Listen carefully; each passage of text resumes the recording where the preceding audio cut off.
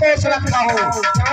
दोनों देश को जाने के बाद बड़े भाई साहब कहता है मैं तिरंगा हटती रहता है। मेरे देश सबसे पहले मंत्री को आवाज लगाइए, दरबार में मंत्री को बुलाइए, आवाज लगाकर दोनों देश छिप जाइए, नहीं तो मंत्री को मालूम हो गया दोनों बदमाश अदालत आ चुका है। मंत्री कदापि अदालत कौन है मेरे दोस्त?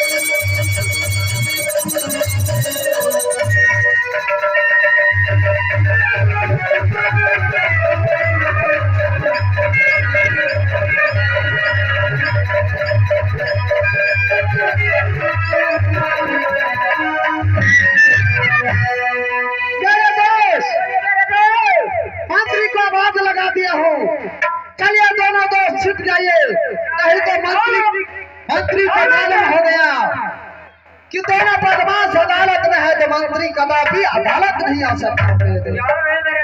चलिए छिप जाइए।